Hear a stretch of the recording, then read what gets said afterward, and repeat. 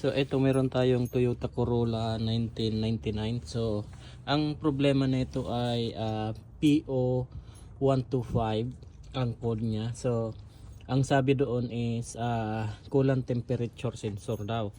So ngayon naghahanap ako ng video kung mayroon na bang ganon. So wala pa akong makita. Ngayon ituturo ko sa inyo kung nasaan siya nakalagay. Ayun oh. Kung nakikita nyo,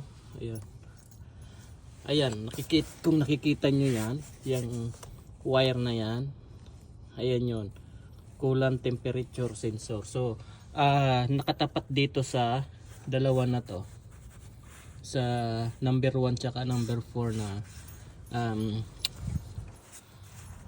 wire ng anong tawag nga ba dito, yung wire na ganito. So alam nyo na kung anong tawag dyan. So yun. So papakita ko sa inyo ngayon kung pag natanggal ko na siya